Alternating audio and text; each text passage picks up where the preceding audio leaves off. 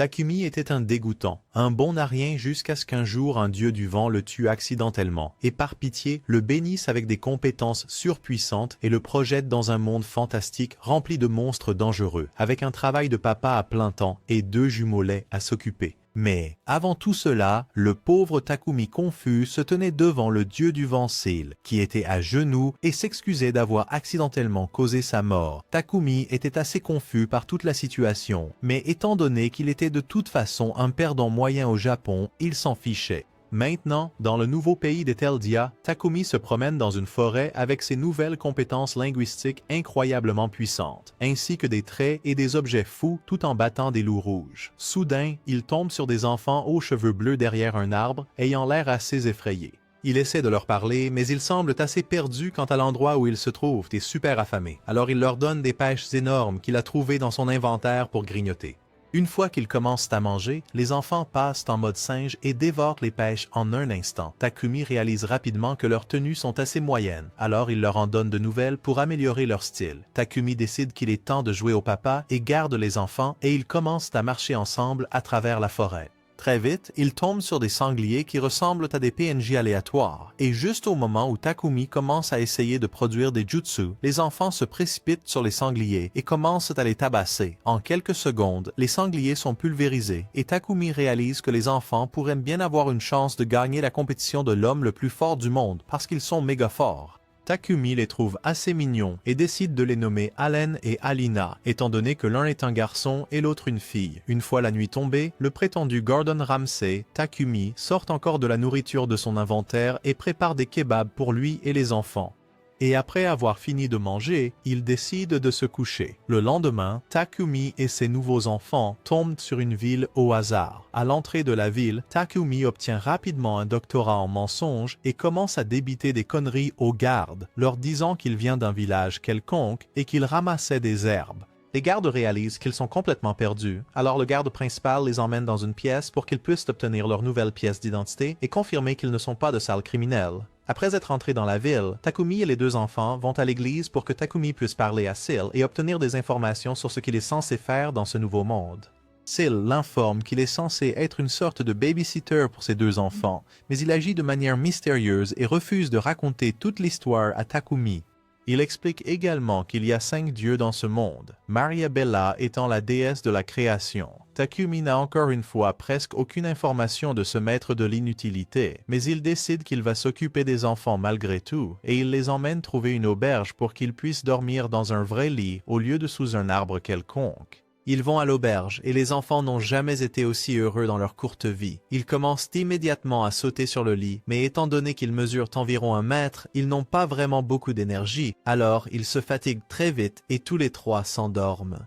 Le lendemain matin, Takumi et les enfants vont à la guilde des aventuriers pour s'inscrire en tant qu'aventuriers. La fille à la guilde leur donne un rapide aperçu de comment fonctionne l'aventure dans ce monde et Takumi, Allen et Alina s'inscrivent ensemble et forment un groupe appelé les Ailes Blanches. Immédiatement, ils vont jeter un coup d'œil aux quêtes disponibles et même s'il les a déjà vus botter le derrière de quelques sangliers, Takumi pense toujours que les enfants sont faibles puisqu'ils sont des enfants après tout et ils acceptent une quête facile pour récolter des herbes.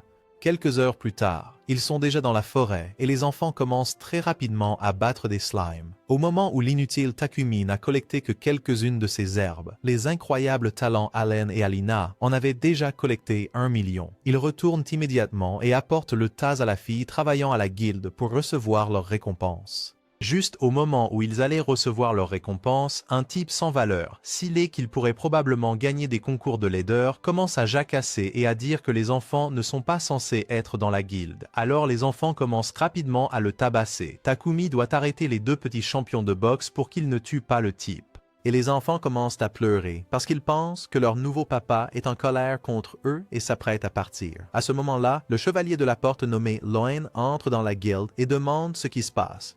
Il commence à demander à Takumi comment il s'est retrouvé dans cette situation très suspecte avec 2 enfants au hasard auxquels il n'est pas lié. Takumi explique qu'il les a trouvés dans la dangereuse forêt de Gaia et Loen et la fille de la guilde sont sidérés. Ils élaborent tous une théorie selon laquelle les enfants ont dû être abandonnés comme appâts par des marchands qui les utilisaient comme marchandises pour pouvoir s'échapper de la forêt. Loen accepte cette explication et constate que les enfants sont plutôt détendus et heureux d'être avec lui. Alors il approuve que Takumi devienne leur nouveau papa. Juste à ce moment-là, la fille de la guilde devient super assoiffée des compétences gigachats de Takumi et de sa marchandise juteuse et savoureuse, alors elle lui demande de la lui vendre. Après cela, Loin demande à Takumi de se joindre à lui et au chevalier pour botter les fesses de quelques monstres dans la forêt de Gaïa.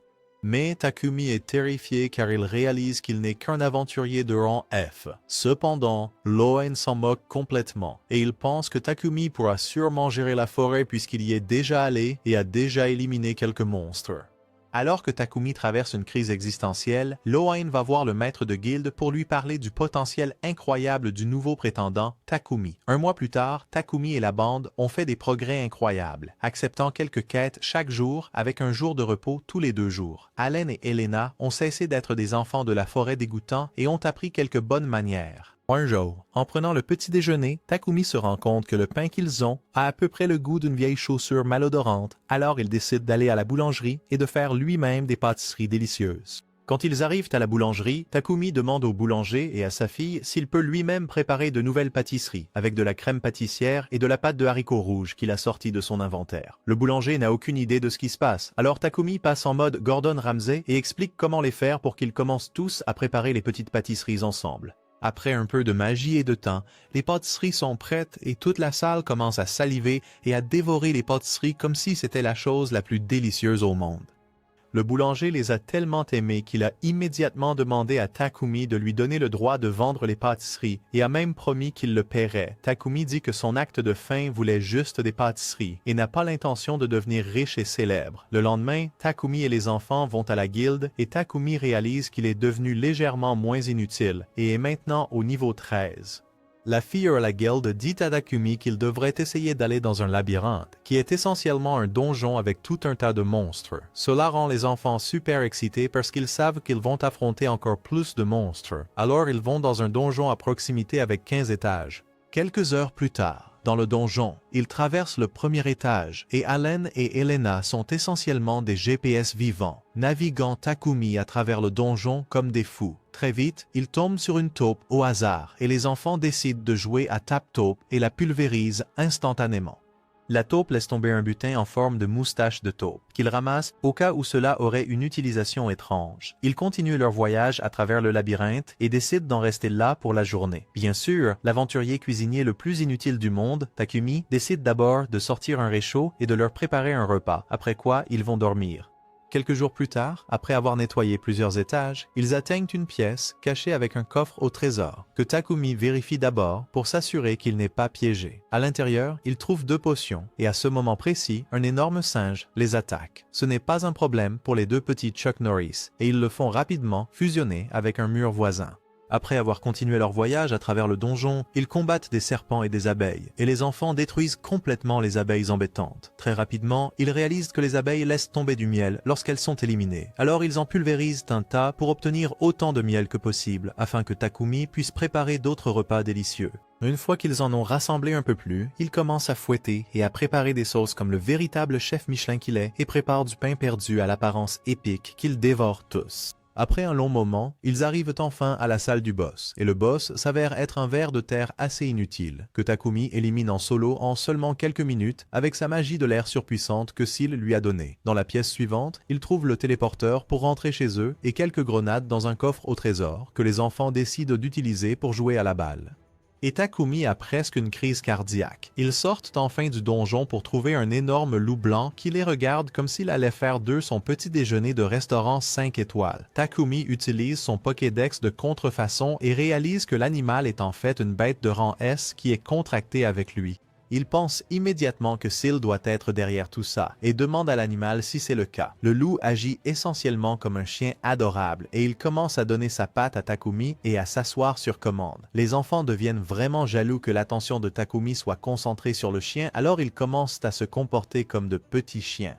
Et ils essaient de faire en sorte que Takumi leur demande aussi leurs pattes. Bientôt, ils commencent tous à se faire des câlins, et les enfants ne se lassent pas de la douce fourrure du chien, alors ils le nomment Joule. Takumi rit et ils commencent à retourner vers la ville, réalisant très vite que les gens de leur ville vont probablement se faire dessus s'ils voient un loup énorme se promener en ville. Alors, ils demandent à Joule s'il peut se cacher dans son ombre. Après être arrivé en ville, Takumi va à l'église pour parler à Seal de Joule. Mais Seal s'énerve et lui dit que c'était en fait le dieu de l'eau qui lui a donné Joule pour le remercier de s'occuper des enfants. Seal commence à trop parler et à en dire trop, mais Takumi est un gars assez intelligent, donc il réalise que les enfants doivent avoir un lien avec le dieu de l'eau.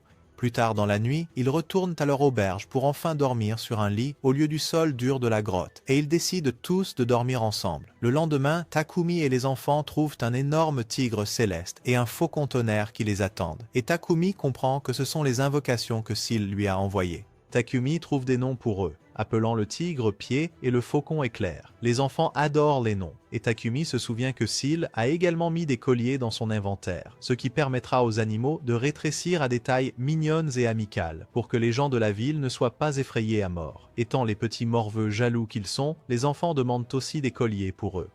Et Takumi réalise qu'il ira probablement en prison dans quelques secondes, même dans ce monde. S'il met des colliers d'animaux à une paire d'enfants, alors il sort à la place une paire de jolis colliers. En plus de cela, il leur donne un petit sac qui sert de petit espace d'inventaire. Après être allé en ville, Elena remarque une petite boutique qui vend de jolies petites tenues. Alors ils y entrent. Takumi obtient un tas d'élastiques pour elle et achète aux deux enfants beaucoup de nouvelles tenues stylées. Plus tard dans la nuit, au lit, Takumi se demande quel genre de cadeau spécial il devrait offrir à Alan puisqu'il a offert les élastiques à Elena. Il commence à réfléchir aux cadeaux qu'il recevait quand il était jeune, mais se rend compte qu'aucune de ces choses n'existe dans ce monde. Le lendemain matin, après que les enfants l'ont réveillé, ils commencent à se promener en ville, et ils tombent sur Loin, qui leur dit qu'il est enfin temps de partir pour cette quête à laquelle il l'avait convaincu de se joindre plus tôt. Au point de départ, ils rencontrent un autre chevalier, Sir Isaac Reisner, qui va également se joindre à eux pour la quête. Ils doutent du pouvoir des enfants, et Loin essaie de le rassurer en disant qu'ils sont forts, mais les enfants ont plutôt peur de lui. Ils montent dans la même calèche que les deux chevaliers, et juste au moment où ils s'apprêtent à entrer dans la calèche, Takumi et les enfants ressentent un regard très dérangeant sur eux, mais n'arrivent pas à déterminer d'où il vient. Dans la calèche, ils discutent un moment et tout se calme et redevient normal. Après un moment, ils atteignent enfin la forêt de Gaïa, et Takumi rencontre tous les autres aventuriers aussi. Ils commencent à marcher à travers la forêt, et Alan et Elena semblent avoir déjà activé leur scanner GPS, car ils commencent à indiquer à tout le monde d'où viennent les monstres. Bientôt, les monstres viennent exactement de l'endroit que les enfants avaient indiqué, et il s'avère que c'est un loup rouge solitaire. Sortis de nulle part, Alan et Elena arrivent en courant et frappent le loup avec une force incroyable. Et tout le monde est stupéfait de voir à quel point les enfants sont puissants. Comme il est assez embarrassé par tous les regards, Takumi leur dit qu'il devrait se détendre un moment et le laisser tout gérer. Loin vient voir Takumi tout confus à propos de ce qui vient de se passer et Takumi lui rappelle que les deux enfants ont frappé un aventurier de niveau C laid et dégoûtant dans la guilde lorsqu'il les a rencontrés pour la première fois. Loin commence à se demander comment les enfants ont même survécu seuls dans la forêt de Gaïa au départ. Toute la bande continue leur voyage et tout d'un coup, les enfants commencent à courir partout en ramassant des herbes au hasard comme les vrais bizarres confus qu'ils sont.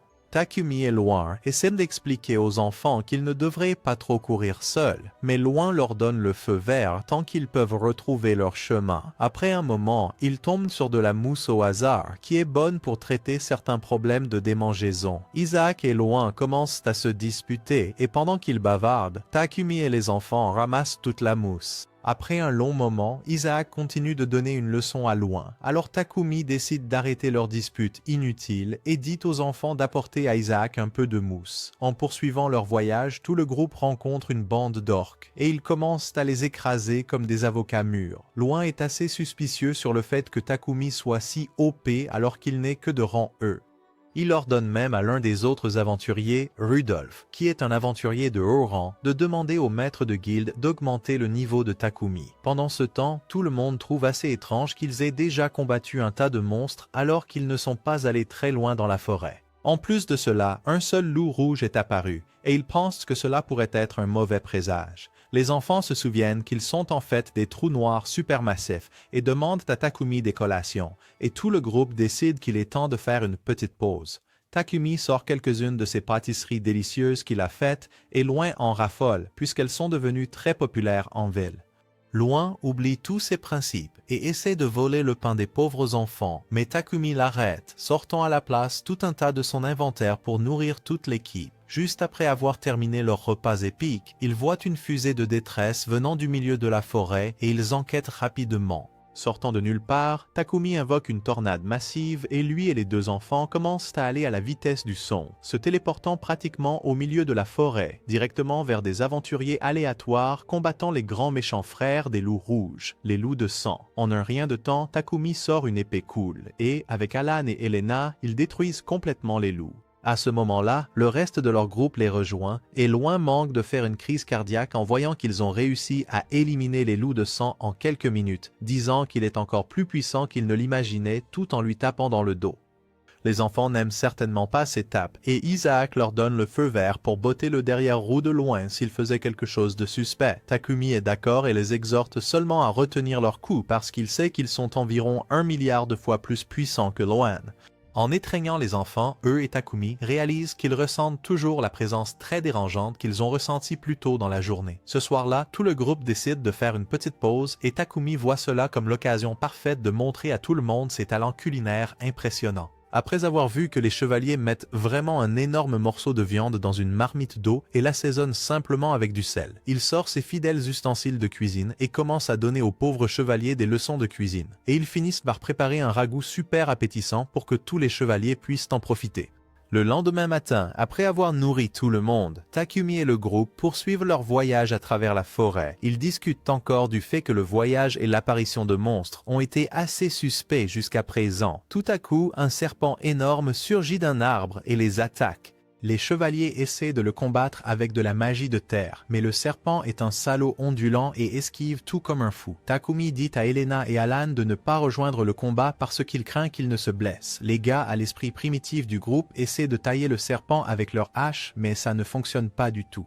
Takumi décide de prendre les choses en main avec ses pouvoirs surpuissants et commence à trancher le serpent avec sa magie du vent. Loin l'attaque avec son épée magique de feu, mais ils sont tous super inutiles. Alan et Elena, étant également complètement inutiles, sautent sur le serpent et commencent à le chevaucher. Le serpent se distrait et les regarde comme s'ils étaient deux énormes barres protéinées. Cela donne à Takumi suffisamment de temps pour le poignarder avec un petit poignard. Mais ils sont tous distraits par la sensation d'un regard étrange à nouveau et le serpent mange Alan et Elena. Takumi devient super énervé et commence à charger un Rasen Shuriken de magasin à 1 $ vers le serpent, ce qui conduit à le découper en petites tranches de serpent. Cependant, tout autour d'eux commence aussi à s'effondrer, car la magie de Takumi semble avoir découpé toute la forêt.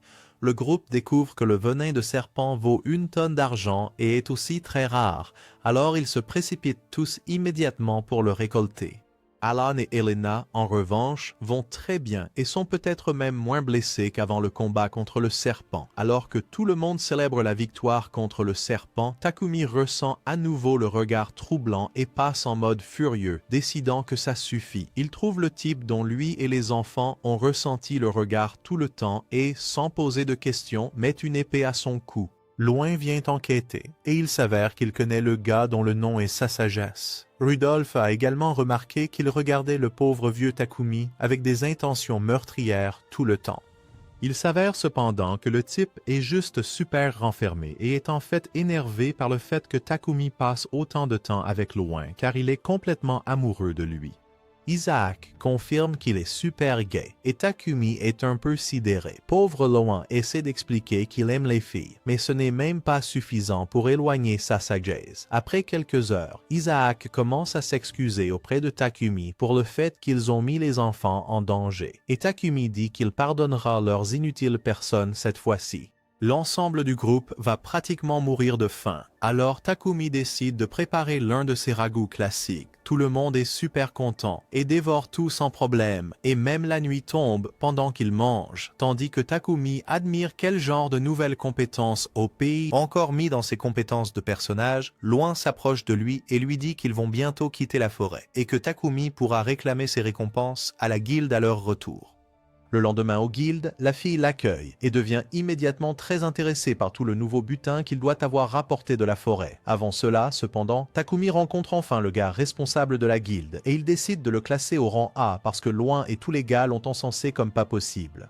Cependant, le maître de guilde est assez perplexe quant à ce qu'il doit faire avec le rang des enfants, car il craint que certaines personnes ne soient très énervées par le fait que 2 enfants qui ont l'air ordinaires soient très bien notés. Takumi suggère que leur rang soit abaissé à D pour que leur groupe ait une moyenne de rang C, juste assez pour continuer à prendre des quêtes plus faciles. Et le maître de guilde donne également à Takumi le rang B au lieu de A après qu'ils aient fini.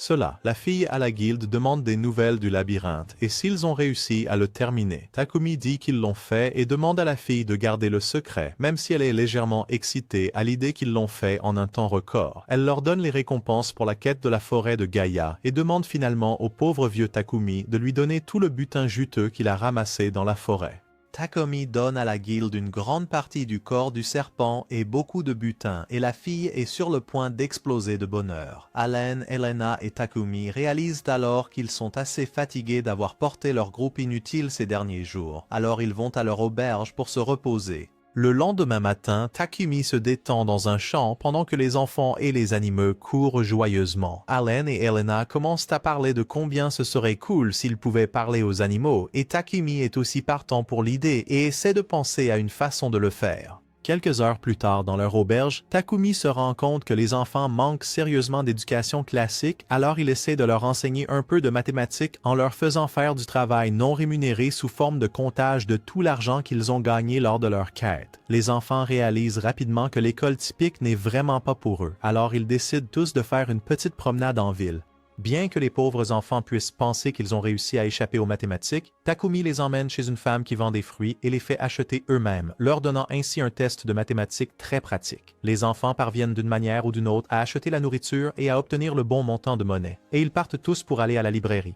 Là, Takumi découvre que Syl a maintenant ajouté un peu plus de magie Opus Water à ses compétences et essaie de trouver un livre pour apprendre à l'utiliser réellement. Pendant qu'il est là, il se rend compte que c'est le moment idéal pour essayer d'enseigner aux enfants quelques compétences en lecture et prend quelques livres pour qu'ils puissent s'exercer. Le lendemain, Allen, Elena et Takumi vont à la guilde pour prendre une nouvelle quête parce qu'ils s'ennuient énormément avec l'école.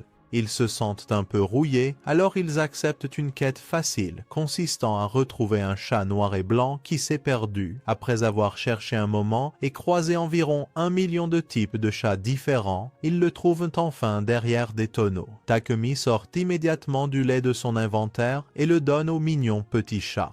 Après avoir rendu le chat à son propriétaire, la fille de la guilde leur dit qu'elle a une quête spéciale pour eux, aller dans un village voisin et botter les fesses de quelques orques. Après avoir rencontré le chef du village, il dit carrément à Takumi qu'il trouve que c'est nul que la ville ait envoyé de tels perdants pour s'occuper de leurs problèmes d'orques. Cependant, réalisant que l'alternative est de se faire botter le derrière ainsi que celui de tout son village par les orques, il accepte les services de Takumi, Allen et Elena. Les enfants, ainsi que Jule, Feet et Bolt, commencent à tabasser les orques, et presque tous ont été éliminés dans les 3 premières minutes de leur présence dans le village. Takumi tombe sur un orque massif qu'il scanne avec son Pokédex bon marché et découvre qu'il s'agit d'un roi orque spécial. Cela, cependant, n'empêche pas Allen et Elena de le projeter au sol d'un coup de pied. Après avoir battu tous les orques, Jule s'approche de Takumi et commence à japper. Takumi est vraiment confus, et Jule explique qu'il a battu tellement d'orques qu'il a littéralement développé des compétences de télépathie de nulle part. Jule insiste pour l'appeler maître, mais Takumi n'aime vraiment pas ça, car toutes les personnes dans sa vie l'appellent soit maître, soit frère, soit papa, et cela devient vraiment bizarre très rapidement pour lui.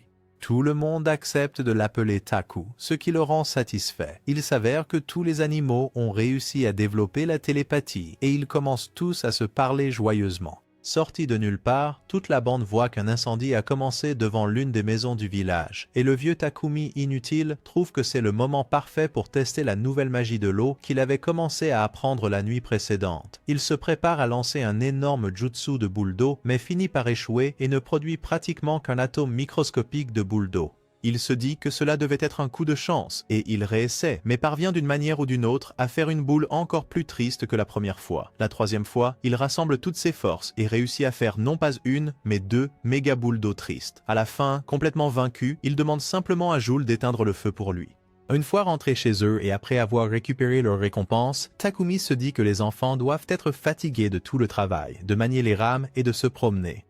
Mais il s'avère qu'ils veulent qu'ils leur lisent un livre d'images. Il essaie de leur expliquer le concept de l'océan et des poissons, mais les enfants n'ont aucune idée de ce que c'est. Alors le lendemain, après s'être réveillé, Takumi va parler à Isaac et Louine et leur dit qu'il va quitter la ville pour un moment pour montrer aux enfants une partie du monde qu'ils n'ont pas encore vue. Avant cela, il va dire au revoir à toutes les personnes de la ville qu'ils ont rencontrées. Il dit d'abord au revoir à la fille de la guilde, et elle commence pratiquement à couler de toutes sortes d'endroits, rien qu'en pensant à tous les nouveaux matériaux rares qu'ils rapporteront de terres étrangères. Takumi et les enfants visitent aussi la boulangerie et leur donnent quelques nouveaux ingrédients pour garder leur pain frais. Après cela, Takumi emmène les enfants au magasin de vêtements et leur achète de nouvelles tenues estivales. Avant de quitter définitivement la ville, il se rend au sanctuaire pour parler à Seal et lui dit aussi qu'il va partir. Juste au moment où il s'apprête à quitter les portes de la ville, Takumi et les enfants tombent sur un idiot super gros, ressemblant à Kirby, qui prétend être leur véritable propriétaire. Il leur explique qu'il a jeté les enfants de sa charrette de contrebande dans la forêt de Gaïa pour sauver sa pauvre... Et Allen et Elena tremblent de peur. Takumi est un gentil garçon modèle, et même avec cet idiot, il essaie toujours d'être gentil et lui dit qu'Allen et Elena sont ses frères et sœurs. Il déduit rapidement que, bien que le travail non rémunéré existe dans ce pays, Allen et Elena n'ont pas de telle marque sur leur corps. Le gros continue de jacasser et de crier, et Takumi commence à envisager de lui effacer son visage laid de la surface de la terre. Il parvient à se calmer et à protéger Allen et Elena, et à ce moment-là, la patrouille arrive et les vrais idiots de flics essaient de rectifier la situation. Le gros type continue de prétendre que les enfants sont sa marchandise, et Takumi le défie en demandant une preuve que les enfants lui appartiennent vraiment. Sortis de nulle part, les toujours protecteurs Isaac et Louine arrivent, et le gros type est arrêté en un rien de temps. Ils disent qu'ils sont prêts à témoigner que les enfants et Takumi sont frères et sœurs. Takumi dit aux enfants qu'ils seront toujours en sécurité avec lui et juste avant qu'ils ne partent enfin, Isaac lui donne une lettre qui est une invitation au tribunal de la part du seigneur de Bailey. Il dit qu'il le connaît personnellement et que Takumi et les enfants sont plus que bienvenus dans son château. Takumi et les enfants se mettent enfin en route pour trouver l'océan comme un érène en herbe, et ils entrent d'abord dans une forêt où Takumi fait apparaître tous les animaux pour qu'ils puissent y arriver plus vite. Il donne à Bolt la tâche de voler au-dessus d'eux au cas où des PNJ commenceraient à les suivre. Très vite, ils tombent sur un énorme ours ensanglanté que les animaux éliminent sans poser de questions. Après avoir fait cela, il nécessite plein de câlins de la part des enfants comme récompense. Takumi, comme un vrai parent boomer, s'inquiète énormément du fait que Jewel et Feet jouent avec les enfants après avoir mordu un énorme ours sanglant jusqu'à la mort, alors il lance un jutsu de nettoyage sur eux et les nettoie très facilement. Quelques heures plus tard, ils sortent de la forêt de Gaïa et décident de s'arrêter pour la nuit. Quand on leur demande ce qu'ils veulent pour le dîner, les enfants répondent du pain à la crème. Mais Takumi n'est pas idiot et décide de ne pas leur donner de sucreries pour le dîner et à la place, il leur prépare un repas super génial comme le Gordon Ramsay qu'il aspire à être. Après que les enfants et les animaux se soient tous endormis, Takumi contemple simplement le beau ciel et pense au temps qui s'est écoulé depuis son arrivée dans ce monde et se souvient de toutes les choses géniales qui lui sont arrivées depuis qu'il est ici. Le lendemain, ils arrivent enfin à l'océan, et la première réaction des affamés Atwa, d'Allen et Elena est d'essayer de boire l'eau. Takumi essaie de leur expliquer qu'elle est salée, mais il serait plus facile pour lui de l'expliquer à un Big Mac. Alors ils vont goûter l'eau quand même, et ils la trouvent absolument dégoûtante. Au lieu de manger, ils décident que jouer dans l'eau est beaucoup plus amusant, alors toute la bande d'animaux les rejoint. Alors que Takumi observe leur existence insouciante en train de jouer dans l'océan, il voit une fille dans l'eau et commence immédiatement à avoir toutes sortes d'idées. Alors il s'approche pour enquêter. Elle s'avère être une énorme sirène melon nommée Melona. Oups, je voulais dire Milena. Et Takumi a presque une crise cardiaque rien qu'en pensant à ce à quoi ses jambes et ses nageoires pourraient ressembler. Elle l'appelle sœur Takumi et lui dit qu'elle a essentiellement été envoyée pour le trouver par un serviteur du dieu de l'eau parce qu'ils ont entendu dire qu'il est super opus pour les aider à résoudre un problème.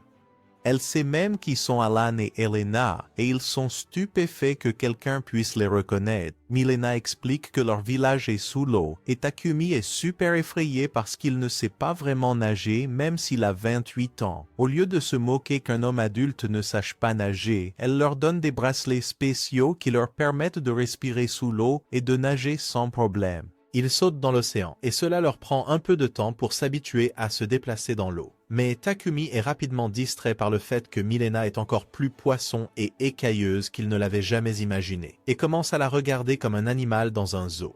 Elle semble vraiment intéressée par l'observation au zoo, et cela ne semble pas la déranger. Alors, ils se dirigent tous vers le village des sirènes. Après avoir nagé un moment, Takumi commence à demander à Milena quel genre de monstres vivent par ici, car la dernière chose dont il a besoin est de combattre quelque chose alors qu'il peut à peine se déplacer. Elle lui dit qu'il n'y a pas beaucoup de monstres effrayants, seulement des créatures vraiment inutiles comme les crabes de sable et les requins marteaux. Très peu de temps après cette conversation, ils rencontrent un requin marteau et les enfants le renvoient chez lui comme un clou. Ils rencontrent aussi les crabes de sable, mais les enfants les envoient rapidement dans leur tombe sablonneuse. Après un peu de nage, ils atteignent enfin le village des sirènes et jettent un coup d'œil à sa beauté. Avant de les emmener au palais, Milena les emmène rapidement pour leur montrer la raison pour laquelle ils ont été amenés au village en premier lieu. Un minuscule Titanic de magasin à $1 a coulé juste au-dessus de l'entrée de leur ferme de corail et étant donné que les gars du village des sirènes sont super faibles, ils n'ont toujours pas réussi à le déplacer. Takumi, cependant, a été doté des pouvoirs les plus impressionnants de tous les temps et aspire simplement le bateau dans son inventaire, résolvant essentiellement leurs problèmes très difficiles en quelques secondes.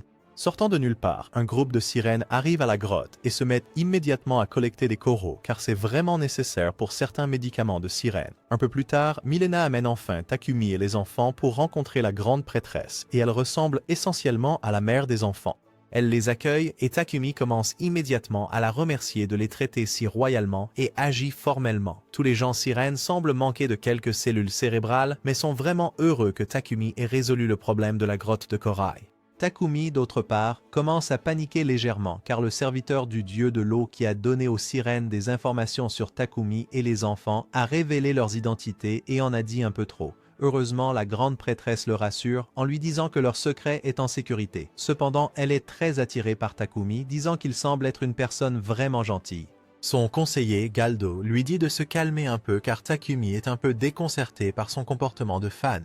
Après avoir fait de son mieux pour expliquer à Takumi, qui est un peu lent, ce que son poste implique vraiment, elle se souvient qu'il serait probablement bon de lui donner une sorte de récompense pour s'être occupé du navire. Takumi, bien sûr, étant l'idiot humble qu'il est, essaie de refuser, mais se souvient soudainement que ces gars de l'eau pourraient être exactement ce dont il a besoin pour réparer sa terrible magie de l'eau. Alors, il leur demande de former Alan et Lena et lui à utiliser correctement la magie de l'eau. La prêtresse accepte, mais lui dit qu'ils le feront gratuitement et leur offriront un cadeau différent à la place. Ils les conduisent à un entrepôt immense et leur montrent une quantité absolument folle de trésors impressionnants et une tonne de perles énormes. Il s'avère que les gens sirènes sont en fait un peu stupides et que c'est en réalité leur décharge, car ils n'ont absolument aucune idée de ce que sont ces objets ou à quoi ils servent. Ils pensent que les perles sont des choses aléatoires qu'ils doivent parfois retirer des huîtres pour pouvoir les manger. Comme toujours, Takumi aspire tout dans son inventaire et les enfants décident de passer la nuit dans le cool palais sous-marin. Plus tard dans la soirée, au dîner, il s'avère que bien qu'un peu limités sur le plan intellectuel, les sirènes savent étonnamment bien cuisiner. Après le dîner, Takumi emmène les enfants près d'une fenêtre et ils observent la faune marine. Les enfants ne sont pas très malins non plus et ils ne comprennent pas vraiment le concept d'un aquarium. Le lendemain, quand ils se réveillent, Galdo et la prêtresse les emmènent sur un rocher au milieu de l'océan pour pratiquer la magie de l'eau. Galdo se rend très vite compte qu'ils n'ont aucune idée de ce que sont vraiment le mana et l'énergie, alors il commence par les bases. Il passe en mode avatar complet et commence à expliquer que la maîtrise du feu et de l'eau sont les types de maîtrise les plus difficiles à réaliser parce que la plupart du temps sur Terre, vous ne serez pas entouré de feu ou d'eau alors que vous êtes presque toujours entouré d'air et de terre. Takumi essaie la maîtrise de l'eau et crée un énorme pilier d'eau, effrayant à mort les pauvres Elena et Alan. Avec eux, étant donné qu'ils sont très confus même sur le concept de mana, ils commencent depuis le tout début. Il leur dit de chercher la chaleur en eux, et ils parviennent à saisir leur mana. Ils prennent un peu d'eau dans leurs mains, et sont déjà capables de créer des boules d'eau, et ils sont bien meilleurs que leur papa inutile, Takumi. Une fois qu'ils ont tous maîtrisé les bases, Galdo leur dit de commencer à créer des boules d'eau, et à détruire les piliers autour d'eux. Tous les trois se révèlent être super talentueux, et commencent à détruire les piliers comme des fous. Galdo et la prêtresse les laissent tranquilles, et les trois s'entraînent seuls pendant quelques heures. Pendant ce temps, Seal est vraiment énervé contre le serviteur du dieu de l'eau pour avoir dit quoi que ce soit aux sirènes à propos de Takumi. Elle commence à s'excuser comme une folle, et Seal devient de plus en plus jalouse du dieu de l'eau, parce qu'il semble avoir plus d'interaction avec Takumi de toute façon. Après que Takumi et les enfants ont terminé l'entraînement, un énorme dragon Léviathan apparaît soudainement de l'océan. Le dragon commence à parler tranquillement à Takumi et lui dit qu'Alan et Elena sont en fait les enfants du dieu de l'eau. Takumi est un peu surpris et le dragon ne peut vraiment pas croire qu'il ne l'ait pas encore compris. Le dragon dit que c'est son travail de les protéger et qu'il veut former un contrat avec Takumi. Takumi lui donne un nom très PNJ, Kaiser, pour qu'il puisse le convoquer quand il le souhaite. Le contrat se forme, mais tout à coup, le dragon décide d'emmener les pauvres petits-enfants loin de Takumi, disant qu'il est clairement celui qui peut mieux les protéger. Les enfants commencent à pleurer comme des bébés et s'accrochent aux jambes de Takumi, ne voulant pas quitter leur nouveau papa. Il s'avère que le dragon testait juste leur pauvre petite personne et il les laisse tranquilles, concluant que Takumi est le meilleur papa que les enfants pouvaient espérer. Le dragon est assez impressionné et dit à Takumi qu'il sera toujours disponible pour tout conseil, bien qu'il ne sache rien sur le fait d'être papa. En plus de cela, il leur donne un morceau de ses énormes écailles, qui contiennent sa magie, pour qu'ils puissent toujours être avec eux. Il leur propose de les ramener au palais, et tous les trois profitent du magnifique paysage sur le chemin du retour. Alors qu'ils arrivent enfin au palais et disent au revoir au dragon, les enfants attrapent la main de Takumi sans même se rendre compte qu'ils auraient pu être emmenés par un dragon très aléatoire. Au lieu de cela, ils disent simplement qu'ils ont faim et sont fatigués. Alors ils retournent au palais pour manger. Quand ils entrent dans le palais, Milena et la prêtresse les accueillent tout heureux, sachant que le QI du palais vient d'augmenter avec leur arrivée. Les enfants sont sur le point de dire qu'ils sont revenus sur un dragon, mais Takumi sauve rapidement la situation en disant que c'était en fait un poisson. Les enfants disent aussi que c'était vraiment scintillant parce qu'ils ont traversé un énorme nuage de neige marine, ce qui était vraiment beau et scintillant. La prêtresse et Milena les invitent à une petite soirée pyjama amusante, mais Takumi et les enfants veulent juste continuer leur chemin joyeux. Les deux filles acceptent un peu à contre-cœur et leur offrent un cadeau d'adieu. Puis Takumi et les enfants rentrent chez eux. Sur le chemin du retour, les enfants grignotent quelques crabes de sable et, de nulle part, ils tombent sur un labyrinthe sous-marin très caché. Comme ils n'ont rien de mieux à faire, ils décident d'entrer et d'enquêter. Dans la première salle, ils trouvent un dispositif de téléportation, et Takumi en déduit qu'étant donné qu'il y a 30 étages, il doit y avoir un dispositif de téléportation tous les 10 étages. Il pense qu'environ 10 étages devraient suffire pour comprendre de quoi il s'agit dans le labyrinthe, après quoi ils retourneront en Val. Avant cela, bien sûr, Takumi se souvient qu'il n'a pas fait de cosplay de Gordon Ramsay depuis un moment et sort de la nourriture de son inventaire pour que les trois puissent manger un morceau avant de s'enfoncer plus profondément dans le donjon. Après avoir mangé, les enfants commencent à ouvrir la voie comme d'habitude et rencontrent des créatures très faibles en chemin, comme d'étranges grenouilles venimeuses, que Takumi élimine pratiquement d'un seul coup. Ils commencent à marcher dans d'autres couloirs et les enfants flairent une pièce secrète avec leur petit nez malin. Après être entrés dans la pièce secrète, ils trouvent environ 1 million de crevettes rouges se reposant dans un coffre que Takumi met dans son inventaire et ils continuent à trouver de plus en plus de fruits de mer dans chaque coffre qu'ils découvrent. Après avoir couru toute la journée, ils sont tous assez fatigués et affamés et Takumi décide de préparer un repas avec les tas de fruits de mer qu'ils ont trouvés en chemin. Un délicieux ragoût de fruits de mer plus tard, ils décident de prendre le reste de la nuit pour se reposer et dormir un peu. Le lendemain matin, ils se réveillent et continuent leur voyage à travers le donjon, seulement pour trouver plus de mobs faibles et inutiles comme des palourdes aléatoires. Les enfants veulent faire ce qu'ils font toujours et les réduire en morceaux, mais Takumi leur dit que les palourdes émettent une onde de choc spéciale qui les fera exploser s'ils sont proches. Alors, les enfants décident d'utiliser leur jutsu de boule d'eau à distance à la place et détruisent complètement les palourdes. Pendant ce temps, Takumi décide de vérifier si les enfants ont monté de niveau et il voit qu'ils l'ont effectivement fait. Il s'inquiète un peu car ils ont presque atteint son niveau. Après avoir éliminé les palourdes, les enfants trouvent un pétard. Étant donné qu'ils étaient des enfants sauvages de la forêt il y a seulement quelques mois, ils n'ont aucune idée de ce que c'est et Takumi leur fait une démonstration rapide, les horrifiant complètement. Ils éliminent encore quelques palourdes après cela et continuent de prendre les pétards, pensant que cela pourrait valoir quelque chose un jour. Après un moment, ils atteignent le 10e étage qui a une salle de mini-boss. Takumi et les enfants entrent dans la salle et commencent immédiatement à courir sur un pont qui a l'air assez suspect. De nulle part, des poissons très étranges et pointus sautent et commencent à attaquer les pauvres enfants comme s'il n'y avait pas de lendemain.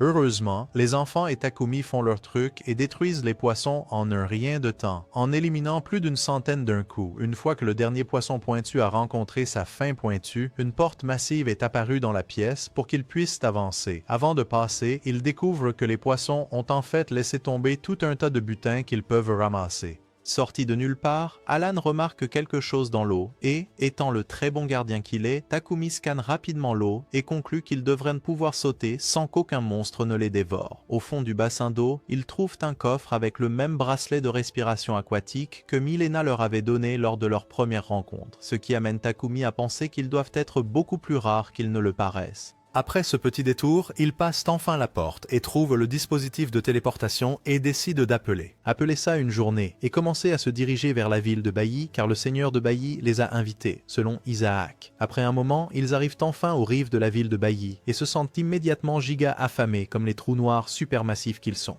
Ils trouvent un type dans la rue qui vend des coquilles Saint-Jacques. Mais Takumi ne va pas laisser un repas aussi fade gâcher sa journée. Alors il demande au type s'il peut faire sa propre sauce. Le type est un peu inquiet de savoir d'où Takumi pourrait sortir sa sauce. Mais il accepte. Takumi prépare alors une sauce ranch au beurre et à la sauce soja pour les coquilles Saint-Jacques et tout le monde en devient complètement fou. Takumi donne son brevet au gars qui tient le magasin et il passe une journée incroyable, terminant la journée avec le plus de clients qu'il ait jamais eu. Takumi lui dit qu'il va devoir trouver plus de sauce soja par lui-même. Alors il se prépare immédiatement et s'enfuit en courant. Continuant leur périple à travers la ville, Takumi et les enfants tombent sur un forgeron et lui montrent l'écaille de dragon pour voir s'il est possible de la mouler en quelque chose de plus petit. Essentiellement, Takumi veut transformer l'éclat en collier pour lui et les enfants, et le propriétaire du magasin et son fils perdent littéralement la tête quand ils découvrent que le matériau est en fait une écaille de dragon d'eau. Le fils attrape un morceau de papier et esquisse un dessin approximatif de ce à quoi il pense que le collier pourrait ressembler. Takumi l'aime beaucoup et il réalise que cela ne serait beau qu'avec un cadre en un matériau génial comme le métril. Takumi demande ensuite si la chaîne pourrait être en cuir, mais le type lui dit qu'elle doit être faite d'un matériau très cher appelé la soie d'araignée de mithril. Et bien sûr, Takumi sort tranquillement une tonne de ce matériau de son inventaire, et le propriétaire du magasin et son fils sont presque évanouis. Takumi demande aussi au type d'en faire 2 autres, un mignon pour Elena, et Alan dit qu'il aimerait que le type choisisse ce qu'il veut faire. En plus de cela, il leur donne encore des matériaux rares, ce qui stupéfie les gars de la boutique, et leur demande de lui fabriquer une armure et 2 protège-bras pour lui et Alan afin que Bolt puisse se poser sur son bras sans problème. Quelques heures plus tard, ils vont tous au sanctuaire pour que Takumi puisse parler à Seal. Il lui dit qu'ils sont arrivés à Bailly et lui demande ce que fait le vrai papa d'Alan et Elena et où il se trouve. Seal garde simplement sa petite bouche élégante fermée. Alors Takumi conclut que c'est un secret. Sorti de nulle part, il commence à féliciter Takumi, disant qu'il est enfin officiellement son disciple. Takumi, cependant, ne s'en soucie pas vraiment, car Seal lui donne le titre de nourricier et éducateur.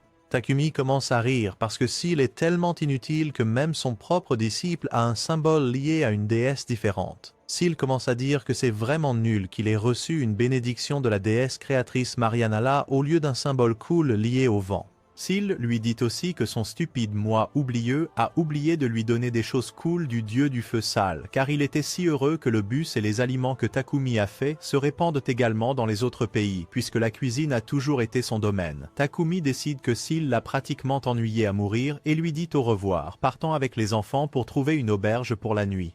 Après leur départ, Seal commence à se sentir extrêmement coupable de ne pas avoir dit à Takumi que le dieu de l'eau Windell avait eu Alan et Elena avec une femme d'Ateldia au hasard. Quand elle les a mis au monde, il s'est souvenu qu'il avait oublié d'acheter du lait et a simplement quitté la conversation pour créer d'autres enfants. Son boudé est interrompu par Sal qui dit qu'il donnera même à Takumi quelques bêtes contractées aussi. Le lendemain, Takumi et toute la bande d'animaux et les enfants vont à la plage pour s'amuser encore plus et pratiquer un peu plus leur petite magie de l'eau. Tout à coup, un lion gigantesque cracheur de feu s'approche d'eux et au lieu de paniquer, Takumi réalise que cela doit être la bête contractée que Sal lui a envoyée. Il doit encore penser aux mathématiques qu'il avait enseignées aux enfants parce que Takumi décide de l'appeler Vector. Vector est un type assez cool et il rétrécit immédiatement un peu pour qu'Alan et Elena puissent jouer avec lui. Takumi dit aux autres animaux qu'ils devraient être ses amis aussi et ils commencent tous à jouer sur la plage. Un peu plus tard, alors qu'ils jouent à attraper, au lieu de courir après la balle, Vector traverse toute la plage et leur amène une femme évanouie en tenue de soubrette. Takumi commence à paniquer, pensant que c'est lui qui l'a tuée, mais réalise rapidement qu'elle était évanouie quand il l'a trouvée. Il utilise sa compétence d'inspection et se rend compte qu'elle est une vampire de la race des démons. Takumi se souvient que la race démon est traitée de manière égale à toute autre race à Ateldia, ce qui signifie qu'elle ne serait pas hostile envers eux à son réveil. Pendant qu'il réfléchit à ce qu'il doit faire avec elle, Alan et Elena commencent vraiment à la piquer, et elle parvient à peine à dire qu'elle a super faim. Elle ne savait pas qu'elle était tombée sur l'homme qui a l'équivalent d'un Walmart entier de nourriture dans son inventaire. Alors il sort des boulettes de riz et il les dévore tous ensemble en un rien de temps. Elle commence immédiatement à agir de manière loufoque et à mettre son nez là où elle ne devrait pas, demandant à Takumi s'il est le père des enfants, disant qu'elle adore découvrir les secrets des gens parce qu'elle est espionne. Elle leur dit qu'elle se dirige vers la ville d'Albert et qu'il est bête. Oubliée d'apporter de la nourriture pour le voyage, et au lieu de revenir chercher de la nourriture, elle a décidé d'essayer de continuer leur voyage et de se débrouiller à la Bear Grylls jusqu'à la ville.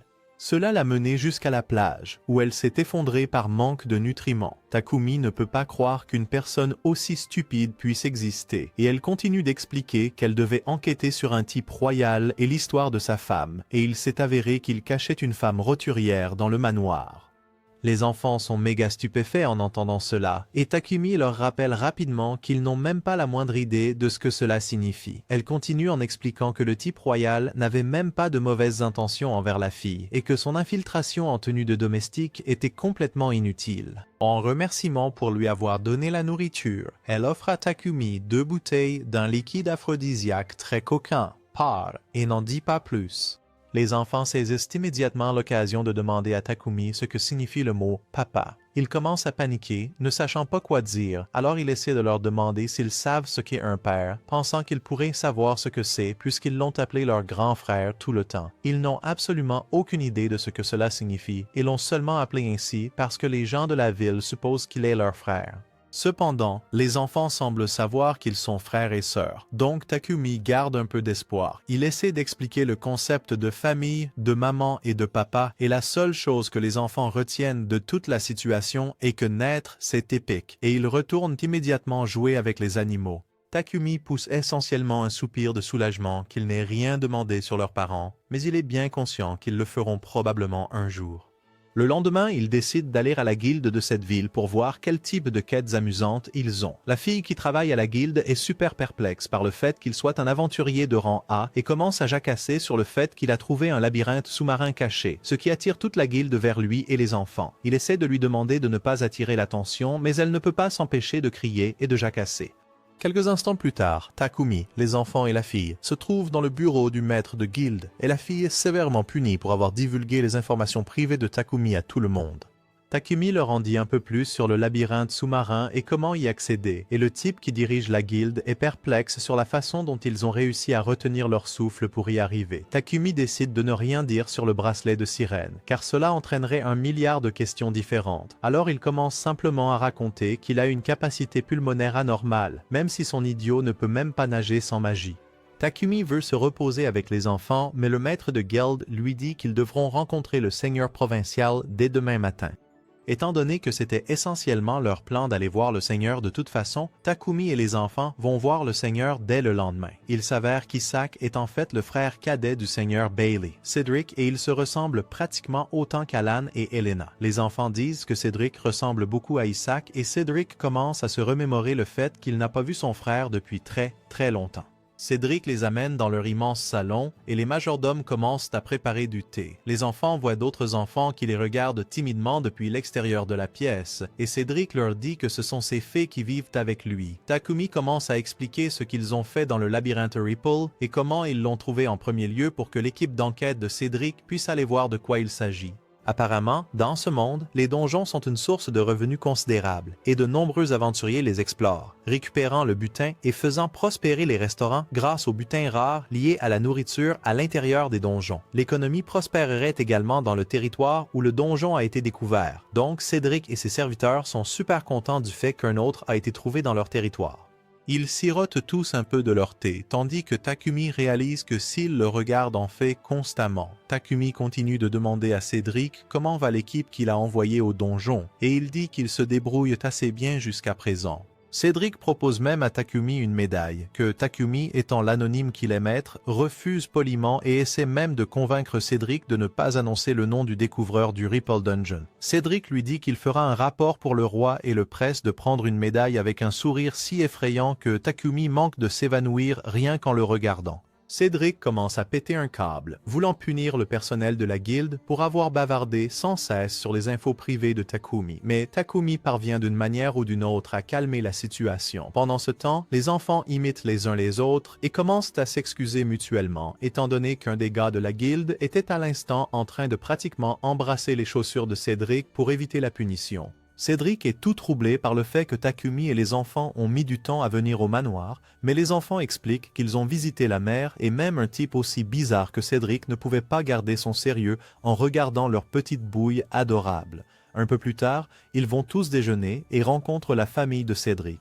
Il s'avère que les fées d'avant sont en fait ses deux fils, Théodore et Lattès. Alan et Elena deviennent très timides parce qu'ils n'ont jamais rencontré quelqu'un de leur âge auparavant. Ils commencent à déjeuner et Takumi est en fait surpris que la nourriture soit si délicieuse malgré le fait que la seule chose assaisonnant le plat fade du cuisinier utilise est le sel. Cédric dit qu'Isaac lui a envoyé une lettre se vantant à fond de tous les nouveaux types de pains géniaux que Takumi a brevetés. Il dit que certains d'entre eux, faciles à faire, sont également arrivés à Bailey 2. Cédric ne veut vraiment pas que son frère soit meilleur que lui, alors il offre même une récompense à Takumi pour lui donner les recettes du pain à la crème et à la pâte de haricots rouges.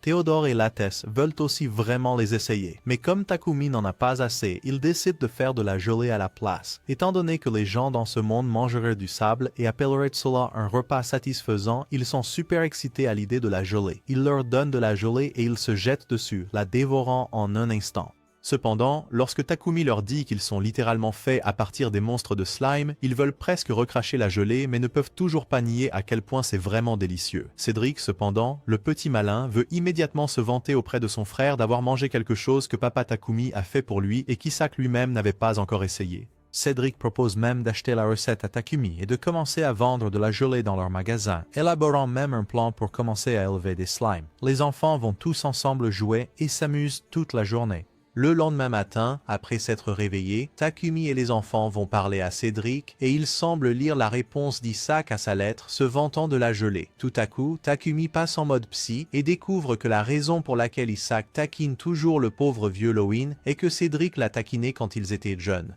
Pendant ce temps, dans la ville de Shirin, Isaac lit les lettres de son frère et reste assez silencieux parce qu'il est super jaloux du fait que Takumi a fait de la gelée pour son frère et même super surpris que Takumi ait aussi trouvé un labyrinthe. Il réalise que la situation est sur le point de s'intensifier, donc ils doivent d'une manière ou d'une autre mieux dissimuler son identité puisque Takumi attire toutes sortes d'attention très rapidement. À la fin de la conversation très sérieuse, Isaac commence à jacasser sur la gelée et à quel point il veut vraiment l'essayer. En même temps, Takumi, tous les enfants et un Cédric très cosplayé vont au marché de la ville pour regarder autour. Et Cédric veut leur montrer un plat très populaire pour lequel il faut attendre longtemps. Alan et Elena voient Cédric tenir ses enfants par la main et commencent à faire culpabiliser leur papa Takumi pour qu'il fasse la même chose. Pendant ce temps, ils atteignent enfin le stand de nourriture, et il s'avère que c'est le stand que Takumi a rendu 1 milliard de fois plus populaire en ajoutant de la sauce soja et du beurre au mélange. Takumi explique à Cédric, qui n'y comprend rien, ce qu'est la sauce soja et comment l'obtenir, puis ils continuent à explorer la ville. À l'un des stands, les joues affamées d'Alan et Elena reconnaissent de la pâte de haricots rouges et commencent immédiatement à avoir envie de pain, rendant Théodore et Lattès super affamés pour des petits pains à la pâte de haricots rouges. Cependant, Takumi est distrait par le logo qu'il voit sur l'un des sacs du stand et se souvient que c'est exactement le même logo que celui qu'il a vu sur ce navire coulé qu'il avait aspiré dans son inventaire il y a quelque temps. Très commodément, de nulle part, un type au hasard s'approche de Cédric et il s'avère que ce type est le propriétaire du bateau coulé. Takumi, étant le type sympa qu'il est, leur propose tout simplement de leur rendre le bateau et ils n'en reviennent pas que quelqu'un puisse faire une chose aussi gentille sans récompense. Ils sortent du marché et Takumi fait apparaître le bateau dans le port. Et le type n'arrête pas de le remercier, lui montrant même des produits. Là, Takumi trouve toutes sortes de choses qui ressemblent à celles du monde réel, mais avec des noms étranges et amusants, comme des grains de café. Il parvient également à trouver des herbes et des épices, et lui et les enfants retournent au manoir où il commence à apprendre à tout le monde comment faire du curry. Après l'avoir préparé, tout le manoir s'y intéresse, alors Takumi en fait beaucoup plus. Et ils vont tous profiter d'un curry maison délicieux ensemble. Tout le monde l'adore, et Cédric commence à se dandiner partout comme s'il avait goûté à des épices complètement différentes. Même le cuisinier sort de la cuisine et commence à embrasser les pieds de Takumi en le suppliant de le prendre comme apprenti. Cédric commence à rire et dit que le pauvre Takumi est un aventurier et qu'il ne va pas prendre d'apprenti, mais il ajoute qu'il semble être très talentueux et qu'il devrait peut-être envisager de changer de carrière bientôt. Takumi rit de bon cœur, et le cuisinier essaie une dernière fois de le supplier de devenir son apprenti. Après le déjeuner, Takumi et les enfants se détendent dans le salon avec Théodore et Lattice, et ils ont vraiment soif de récits d'aventures et de dragons à terrasser. Takumi accepte et commence à leur raconter l'histoire de comment ils ont vaincu des monstres dans la forêt de Gaïa. Les enfants sont juste abasourdis et le regardent comme s'il était un combattant surpuissant. Il dit aux enfants qu'Allen et Elena sont aussi super forts, et Théodore et Lattice deviennent super heureux et n'en reviennent pas. Mais Allen et Elena deviennent vraiment timides et tournent leur petite tête mignonne vers Takumi. Le lendemain, Takumi et tous les enfants vont à la boulangerie parce qu'il a promis à Cédric qu'il lui ferait aussi du pain génial. Ils travaillent tous ensemble et sont super joyeux, riant tout le temps et mettant de la farine et des trucs partout. À la fin, ils réussissent à créer quelques nouvelles combinaisons étranges, comme du pain au curry et du pain au café. Le boulanger est sur le point d'exploser sur place tellement les pains sont délicieux et commence à demander à Takumi de le prendre comme apprenti immédiatement. Ils rient tous ensemble et Takumi refuse poliment à nouveau. Quelques jours plus tard, Takumi entend parler d'une jolie petite montagne près du village et convoque tous leurs amis animaux pour les y emmener. Vector est très énervé que Takumi décide que Fit et Jewel seront ceux qui les porteront à la montagne parce qu'il est assez inquiet que Vector finisse par les jeter. Ils commencent à monter au sommet de la montagne. Alors que la route devient assez étroite, Takumi demande à Jewel et Fit de rétrécir, mais Vector ne peut pas vraiment rétrécir davantage parce qu'il est un gigachad massif. Sorti de nulle part, quelques bandits bons à rien surgissent de derrière des arbres et veulent les attaquer pour pouvoir voler et vendre les pauvres Allen et Elena. Cependant, il n'avait pas vraiment réalisé que Vector était déjà assez énervé. Alors, il a tout donné et a vaincu leur pauvre Chad en quelques secondes. Après les avoir attachés à un arbre, Takumi et Vector commencent à jouer aux gentils flics, méchants flics, et interrogent l'un des criminels qui révèle immédiatement leur grotte secrète où ils gardent les biens volés en voyant de près le beau visage de Vector. Après être allés à la grotte, ils trouvent d'autres bandits se relaxant dans la grotte, et Allen et Elena leur écrasent la tête. Ils découvrent une grande section de la grotte transformée en prison, avec de nombreuses femmes pauvres à l'intérieur, ainsi qu'une énorme salle au trésor. Et Takumi, comme d'habitude, fait juste un contrôle-clic sur tous les objets du coffre, et ils vont directement dans son inventaire. Après avoir libéré toutes les pauvres femmes, Vector apprend enfin la télépathie et l'utilise immédiatement en sautant sur Takumi et en lui demandant des éloges. Le lendemain, Takumi et les enfants vont chez le forgeron pour récupérer les pendentifs et armures cool qu'ils ont fabriqués pour eux. Ils trouvent tout vraiment génial, et Takumi fait apparaître Bolt de son ombre pour tester le protège-bras. Le forgeron et son fils ont presque des crises cardiaques en voyant que ce n'est pas un faucon normal, mais un faucon tonnerre super rare. Quelques heures après cela, ils commencent à marcher vers le manoir, et littéralement chaque personne fixe les enfants, jouant avec un énorme faucon tonnerre. Dans le manoir, Cédric demande à Takumi s'il a trouvé une peinture encadrée en argent dans le trésor des bandits. Takumi jette un coup d'œil à son inventaire en constante expansion et voit qu'il en a une, et qu'il s'agit d'une peinture assez osée. Alan et Elena, cependant, commencent à découvrir tout un tas de nouvelles choses sur eux-mêmes, et ils ne peuvent pas en détacher leurs yeux. Alors Takumi intervient et supplie Cédric de l'emporter dès que possible. Un peu après cela, Takumi entreprend une quête secondaire rapide, puis se rend au palais sous-marin et demande 4 bracelets supplémentaires pour que ces animaux puissent aussi respirer sous l'eau. Il leur donne les bracelets sans problème, et Takumi et les enfants vont terminer le donjon sous-marin qu'ils avaient précédemment arrêté au niveau 10. En marchant dans les couloirs vides, Alan et Elena s'ennuient énormément parce qu'il ne se passe rien. Mais tout à coup, ils commencent à courir dans une direction et trouvent finalement 2 lézards au hasard, qu'ils frappent en quelques secondes. En continuant, ils trouvent d'autres monstres qu'ils affrontent sans problème, collectent encore plein de coffres et décident d'en rester là pour la journée. Le lendemain matin, alors qu'ils progressent dans le donjon, il fait de plus en plus froid, alors Takumi sort 2 petits manteaux mignons qu'il avait achetés pour les enfants plus tôt et les leur met. Juste à ce moment-là, un ours massif apparaît, qu'ils parviennent à vaincre facilement, et il laisse tomber une peau d'ours. Takumi la prend, pensant immédiatement à la transformer en joli petit manteau d'hiver pour Alan et Elena, afin qu'ils n'aient plus jamais froid. Malheureusement, pour cela, ils devraient en trouver un autre. Alors ils avancent, espérant qu'un autre ours faible et inutile apparaîtra.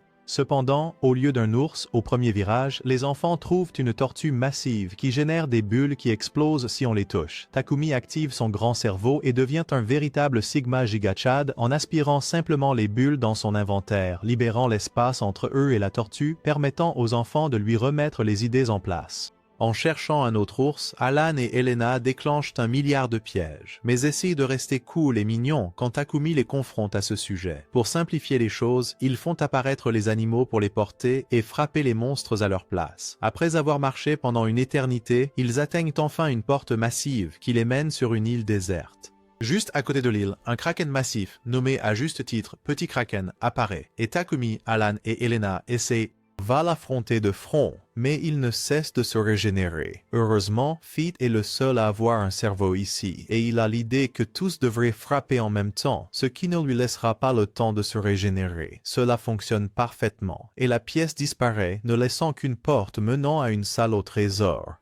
À l'intérieur du coffre dans la pièce, Takumi trouve une épée de feu massive, et il n'a aucune idée si son cul de fils à papa pourrait même l'utiliser, mais il la prend quand même. Quelques heures plus tard, une fois qu'ils sont revenus au manoir, Théodore et Lattice sont pratiquement sur le point d'exploser, tellement ils ont hâte d'entendre les histoires sur ce qui s'est passé dans le labyrinthe.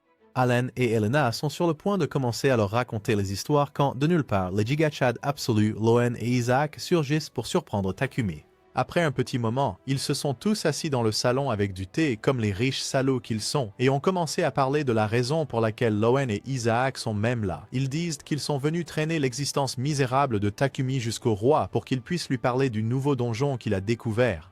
Takumi demande aux enfants ce qu'ils en pensent et ils n'ont pratiquement qu'un seul neurone. Alors ils acceptent tout de suite. Takumi demande quand il partirait et il s'avère que ce doit être demain.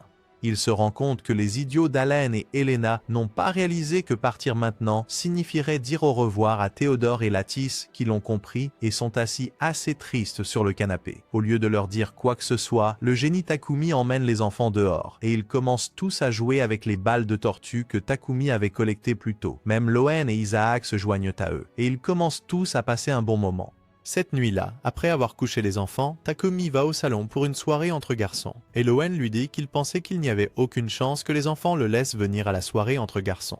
Takumi commence à penser qu'il serait en fait bon qu'ils soient séparés des enfants pendant un certain temps, car ils ont maintenant grandi et se sont habitués aux étrangers comme le vrai papa qu'il est. Cédric demande s'ils sont liés par le sang, et Loen dit qu'il est un si bon papa pour eux que cela n'a même pas d'importance, s'ils sont liés par le sang ou non. Cela amène Takumi à pleurer comme une fillette, et Loen verse encore un peu d'alcool dans son verre. Le lendemain matin, dès qu'il essaie de les faire partir, Alan et Elena commencent à pleurer et à dire qu'ils veulent rester ici et jouer avec Théodore et Lattice. Tout le monde, y compris Silva Creep, observe toute la situation et pense que cela doit signifier que le voyage est annulé. Mais Takumi devient un véritable Sigma et dit simplement aux enfants qu'ils devraient rester au manoir et jouer un peu plus. Tout le monde est surpris et il continue de demander à Takumi s'il est sûr, mais sa certitude est aussi vacillante qu'un type ivre rentrant seul d'un bar. Et après qu'Elena et Alan commencent à courir vers lui, il craque. Les animaux sortent aussi de l'ombre et tous commencent à s'embrasser, disant qu'ils ne veulent pas être séparés. Takumi explique à Alan et Elena qu'ils peuvent venir aussi, mais qu'ils doivent dire au revoir à Théodore et Lattice pour l'instant, ce qu'ils font en pleurant juste un peu. Un peu plus tard, Takumi et ses deux enfants sont sur un cheval se dirigeant tranquillement vers la capitale, tous heureux de faire partie de nouvelles aventures. Cela nous amène à la fin des aventures bienveillantes de Takumi en tant que papa à plein temps à Eteldia. Merci d'être resté jusqu'à la fin, vous êtes une légende absolue. Aimez, abonnez-vous et cliquez sur l'écran pour regarder certaines de nos autres vidéos passionnantes. À la prochaine, restez géniaux, restez Annie Geek.